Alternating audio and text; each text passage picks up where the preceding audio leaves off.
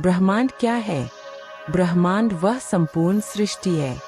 तारे, ग्रह, आकाश, पृथ्वी, समय, ऊर्जा, चेतना और हम सभी। भगवान का स्थान क्या है? भारतीय शास्त्रों के अनुसार भगवान केवल किसी एक स्थान पर नहीं, बल्कि ब्रह्मांड के कण-कण में विद्यमान है। ईश्वरः सर्वभूतानां हृदयेषु तिष्ठति। भगवान हर प्राणी के हृदय में स्थित है। ब्रह्मांड और भगवान का संबंध। 5 दृष्टिकोण। सृष्टिकर्ता का संबंध। भगवान को ब्रह्मांड का निर्माता माना गया है। जैसे कुम्हार घड़ा बनाता है, वैसे ही भगवान ने सृष्टि रची। पालनकर्ता का संबंध। भगवान ब्रह्मांड को चलाते और संभालते हैं। नियम, गति, संतुलन सब उसी शक्ति से है।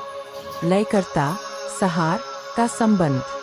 समय आने पर ब्रह्मांड का विलय भी भगवान में ही होता है। सृष्टि, स्थिति, प्रलय। अभिन्न संबंध, अद्वैत विचार। अद्वैत दर्शन कहता है ब्रह्मांड और भगवान अलग नहीं है। जो दिख रहा है वही ईश्वर की अभिव्यक्ति है। भक्त और भगवान का संबंध। मनुष्य ब्रह्मांड का हिस्सा है और भक्ति के माध्यम से भगवान से जुड़ सकता है। भाव में भगवान बसते हैं। सरल शब्दों में निष्कर्ष। ब्रह्मांड भगवान की लीला। भगवान ब्रह्मांड की चेतना। हम उस चेतना के अंश।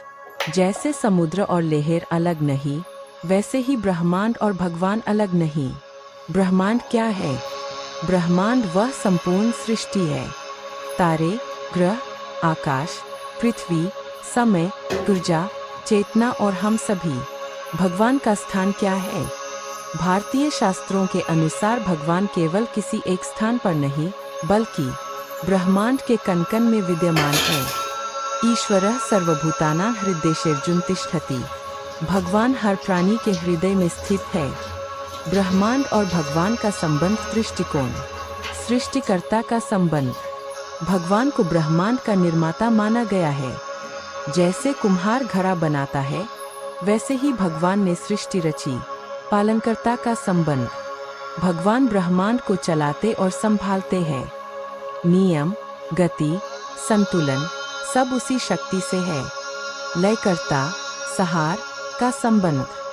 समय आने पर ब्रह्मांड का विलय भी भगवान में ही होता है। सृष्टि, स्थिति, प्रलय। अभिन्न संबंध, अद्वैत विचार।